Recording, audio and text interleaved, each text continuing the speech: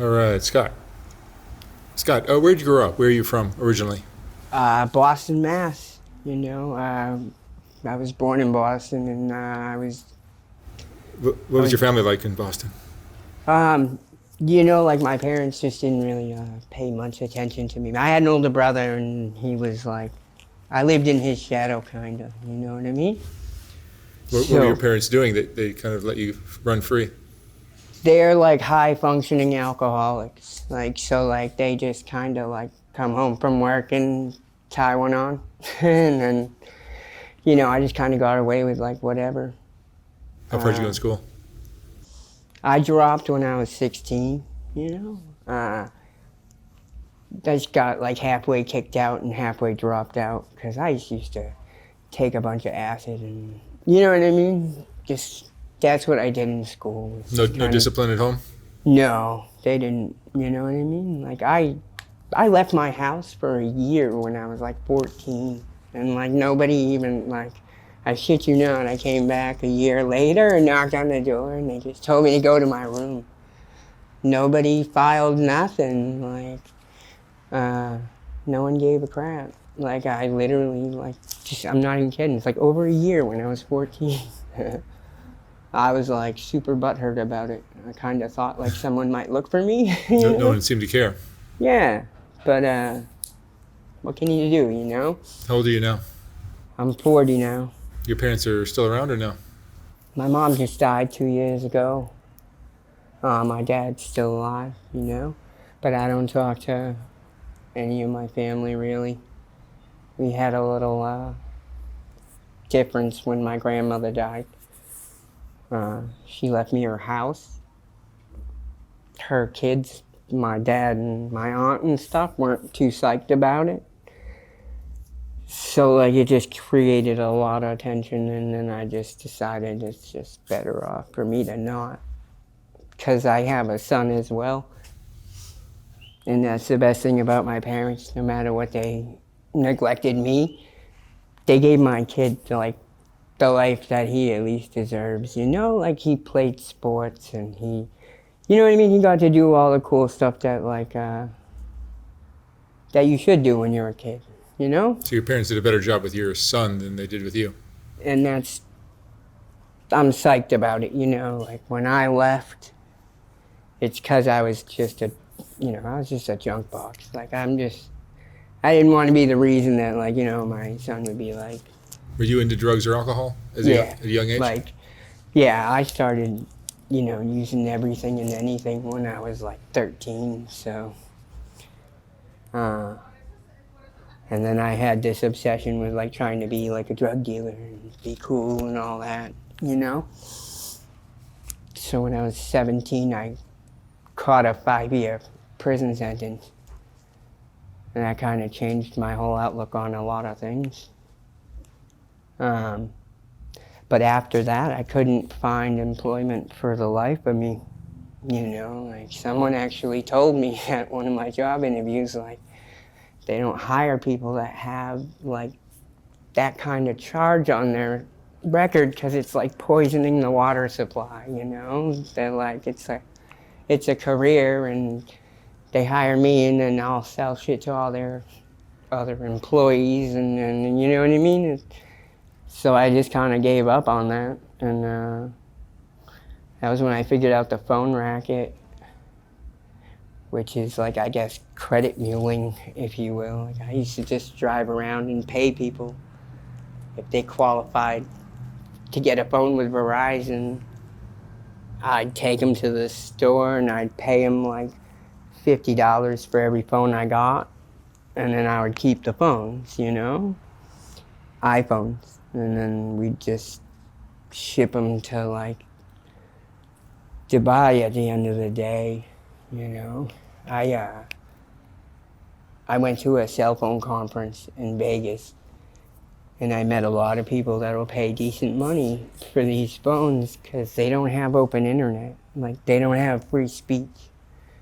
So, like, they can't have, an iPhone or, like, any smartphone that connects to the internet like that. So I did that for, like, literally, like, I mean, I was good at it, you know? I could talk circles around whoever and just, you know, get a crazy amount of iPhones every day, you know? Because I'd just go down and pay somebody, and I basically went from like ghetto to ghetto. Like I drove around the country for like 10 years straight, like almost 15 really. I've been to every state in the country. Alaska, I didn't get any phones, but I went just to do the, you know, like made it to all 50. How long you been in Los Angeles? Been here now for like, it's getting to be like almost 15 years. It's crazy, you know? Living on the streets. Yeah, you know, and like, I'll tell you, like when I was doing the phone thing, I was making like a lot of money. Like, I steady stayed in hotels and like had like a rental car all the time, and like, you know, I was doing good. I met my wife in Portland, Oregon. She was on the street. I tried to run her to do the phone thing, and then I just hired her because I was like, I needed somebody else to go into the stores because there's like not a Verizon in the country that doesn't like know me, because like I did it just, you know, we had a circuit just around the whole country, avoiding snow or cold weather, like at all times. And my wife she took to it really good. And yeah, I was gonna have her do my job for less money basically, but then, you know, I never would have planned on it, but like we just ended up together, so it's cool. We've been married for like, again, it's like 12 years now. You're married now. Yeah. You guys live Like, together still? Yeah, you know, and she was with me when I was like making bank and like doing things, and now she lives with me like under a bridge, you know what I mean? Is it more difficult now that you're You strapped? know, that's what I love is it's not like, you know, like I said, I have a kid with somebody else that I've known from like preschool, me and this girl, and like, man, we're just vicious to each other, you know? Like, and like, it's just, I never thought I'd get married after that because I was like, you know, she cheated on me and whatever. So I was just like jaded on the whole idea, but like me and my wife now are just like that's my best friend, that's real. Like every day, like we just go out and like sometimes we panhandle, sometimes we'll do whatever. But we're wicked simple, you know, like that's all I want to do is just go home and hang out with her at the end of the day, and our cat, you know. We have a pretty ninja-like cat that rides on her backpack. You have a very simple life. Yeah, you know, we're easy, you know? And like even after like being together for this long, we'll like, you know, mess up a whole day just because we'll still just chop it up. Like we'll be just talking for like hours, and it's like, I just never would have thought that was possible, you know, like after being with somebody for that long. But it's real, like, you know, I'm blessed. Like I got like Storybook love, you know? I wouldn't trade it for the world. No bills? Huh? No bills, no responsibility? Don't have to Right. Don't have to go to you work? know, and in a way, it's like the best way to, like, it's tough out here, but it's not. Like, you know, I don't know. I always kind of look at it like most of us are kind of out here by choice, you know? Like, some people have, like, regular jobs and stuff, and some people have hobbies, and we just, you know, whatever. We like to get high, so, like, we decided not to pay rent because you can come out here and just put a tent somewhere, and it's like, okay. That, I didn't know that for the longest time. Like, Mike, he's the only guy that has known my wife longer than me. Like, he knew her on the streets in Portland. So it was crazy, like, you know, when I met her, she's like tiny, and I couldn't I was like, I'm gonna put you in a hotel like while I'm here, cause like I'm not gonna be responsible for you getting like, murdered or something like that. Like her running around in like Portland trying to do drugs is scary. How are you guys making money now? Mostly it's she panhandles and does pretty damn good. Her and the cat. They got like a fan club, like cause the cat, like I said, just rides on her back. Like all day, every day. Sex work has never been a thing? Nope. And like that's what I love about my wife. Like she wouldn't. And I love it because like I don't ever have to wonder about that kind of thing neither. I used to leave her for like 2-3 weeks at a time. I'd fly out and I'd still do the phone thing to try to pay our mortgage when we got married. And like, I don't know. I don't question it for a second. Like, I definitely, like, 1,000,000% trust my wife. I don't have to worry about it. I think the day that I do is the day that it won't work anymore, I used to be a jealous douche, like, but my previous girls and whatnot. That's why, like, my wife is, like, the opposite of everything I used to go for, and, like, that's why it works, I think, We level each other out pretty well. Except for gambling. That's the only... Who's gambling? We're both just degenerate gamblers. Like, we'll bet the rent, you know what I mean? And, like, support one another while doing it. Because, like, everything else, like, we have, like, a good give and take, Like, one of us will, like, calm down the other one. Or like, just make it, like, a feasible situation. But, like, let us hit a casino and it's just... all bets are off. Or on, rather. You've given a pretty solid endorsement of this lifestyle. Are there any downsides to this life you're living? Yeah, I mean, there's definitely, like, I have epilepsy now, and, like, that's from shooting dope. Like, like, I, like, almost blew out a vein in my neck, and, like, by the grace of God, they fixed it, and but I had like a buildup on my spine of like, it was like blood or something. But it made me have a seizure, and then once you have one, like you're kind of like prone to have them forever. And then they put me on a medication that I think is more the reason that I have a lot of seizures, I didn't want to be on Depakote.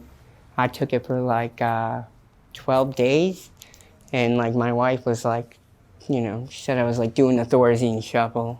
I'm kind of a spaz and I like that, So for me to be zombie-like was just not cool, but when I stopped taking that stuff, like I had 33 seizures in 3 days and like 7 grand mal.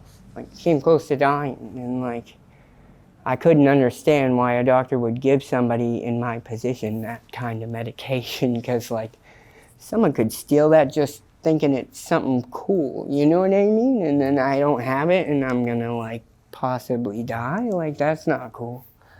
So now I just smoke weed. I've gotten over 96 days with no seizures, just smoking weed. Yeah, but you're doing other drugs too. Yeah. But at this point, like I've had an opiate habit since I was like 17. But fentanyl is one of the most dangerous drugs. I agree, but like I don't know how else to put it. Like it don't put me down. Like you know what I mean? Like I've never OD'd in my life. You've never OD'd from fentanyl? Never. Wow. And like I smoke it like a champ. Like I know, like I've seen many of people, like my wife's OD'd 4 times and I've gotten her back every time, thank God, because I'm a firm believer in keeping Narcan on deck always and stuff like that, and like most people don't know about the whole, like, CPR is the most important thing you can do. Right over here in front of the mission, like I was breathing for her for like 14 minutes before the fucking ambulance got there. Because they thought we were joking around when I was like screaming for help because she was like on the pavement, you know, like blue lip and the whole nine. I was like losing my shit about it. I just couldn't believe that, like, you know what I mean? Like they're like a guy who's like about as far away as you are from me, and he wouldn't call 911 while I'm sitting there like, you know, giving my wife CPR. It's crazy. Scott, what's your biggest regret? You know, honestly, I think it's just, I wish my mom got to meet my wife, you know? Like, all, like, bullshit aside, like, that's all my wife ever wanted was, like, you know, for me to get married and, like, you know, just try to have something, like, normal, I guess, you know? Like, so, and, like, she'd have been, like, proud of my wife right now, not like my other ones, like, you know, I never picked them for the brains. And, like, my wife right now is probably the smartest person I know, you know? So, like, I feel like they would have got along great.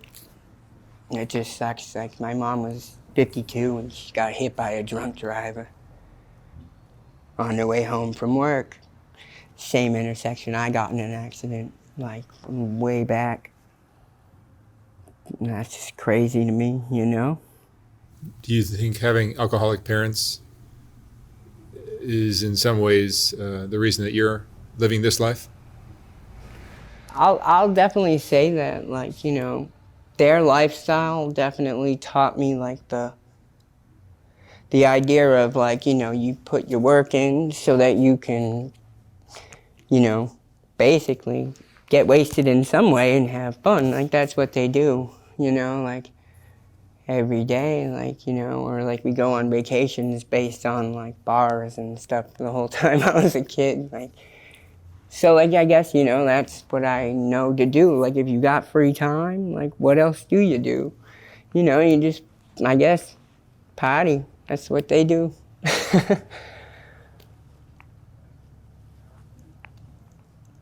What does your typical day look like? You wake up and you do what? You got to get it fixed?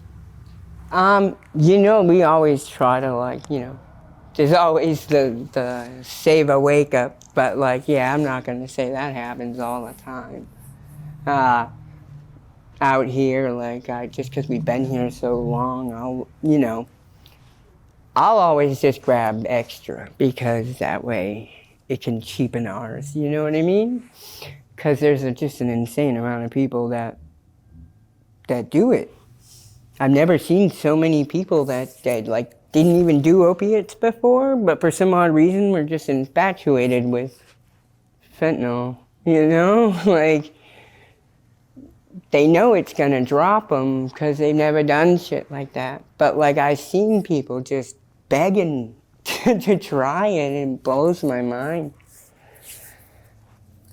So, like, I can't say I was ever, like, a huge dealer, but, like, I definitely will use it to, like, you know, like I said, to make our habit more affordable.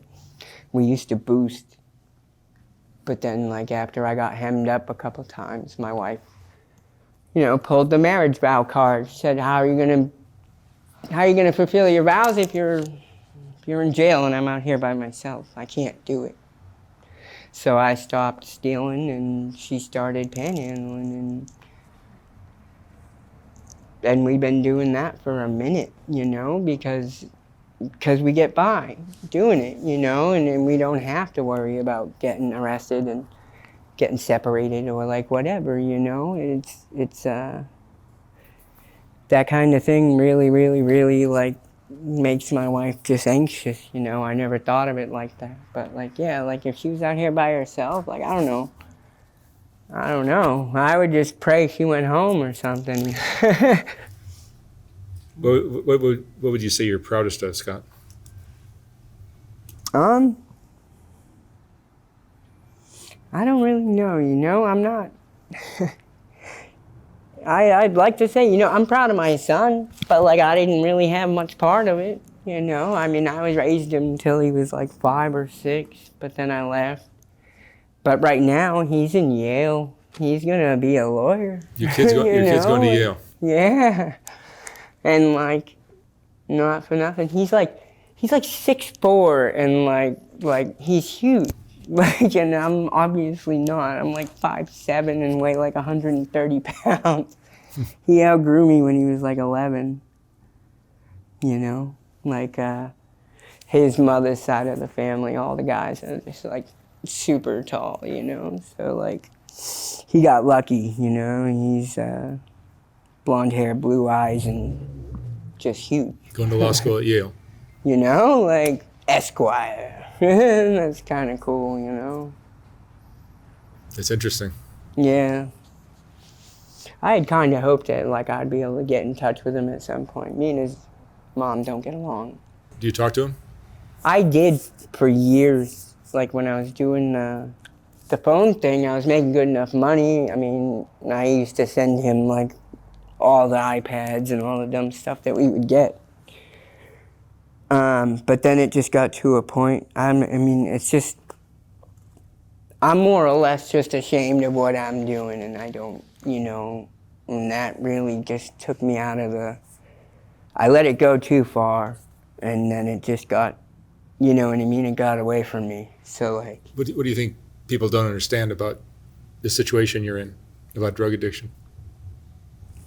I just don't think people get it, like, at all. Like, I mean, there's people that just look at it like it's like, you know, like you just make the open choice and this and that, and they don't understand the psychological parts of it, where like a lot of us are just self-medicating for like some sort of, you know, likely head issue or something that happened to you at some point, and that's how you make yourself comfortable or able to, like, you know, function. And like it's a disease, you know, like it is. Like I mean, I've had a couple years of clean time in my day, not very many, but it's just real, and it's a lifelong thing. It's not just like you went to rehab and now you're all good. And like, you know, people don't seem to get that. They just think like one day you just decided to say fuck it, you know, but it's just a mental battle forever. And when you're doing opiates, it's like a physical battle. Like, that's the scariest thing to everybody out here is like, you know, nobody wants to kick. That's the worst, you know? Like, I kicked a screamer in prison, and that was like the worst thing I ever did. Describe withdrawing from opiates in prison. Oh man, I thought my cellie was gonna kill me because like I didn't sleep for like probably like 15 days or so, and like I was just literally like just throwing up and going through it, you Cold know? turkey? And Cold turkey? yeah, like, you know, you go to prison, they don't give you nothing, like, no. And I've learned, like, you know, I did a few bids before, so like I don't try to do the med wing thing or nothing like that, because it's not going to matter. I'd rather just get to the block and start doing my bid. But I really, like, I thank God that my cellmate had to do the same thing when he came in. So he was a little bit understanding about it. But it's just, you know, uneasy, just not able to, like, sit still. You can't sleep. You can't, you know what I mean? You can't function. It's really, really horrible. Scott, what would you say is the most important lesson you've learned in your life? Just because of the life that I live, I'm not gonna lie, the biggest thing I've learned is, like, if you do opiates, you can always do another one, but you can never take back a big one, you know? I got that ingrained in my life, and I thank God for that, because, like, that's real. Like, you know, you want to get really high and you just do something, like, and there's no taking it back once you do it. You're gonna die, or you're gonna drop, and hope to God that, like, the people around you are actually decent, because most people will probably run your pockets, take off. That's crazy. All right, Scott. Thank you so much for sharing your story. Well, thank you. Do you think you'll be down here the rest of your life? No, God no. Like, I think we got housing. Like, we might actually get an apartment. Oh, that I could don't be a want nice, to talk about it too loud. nice step like, in the right direction, though. yeah.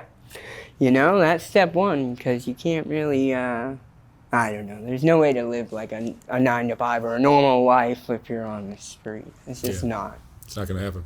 Not likely, you know? All right, Scott. Thank you very much. Yeah.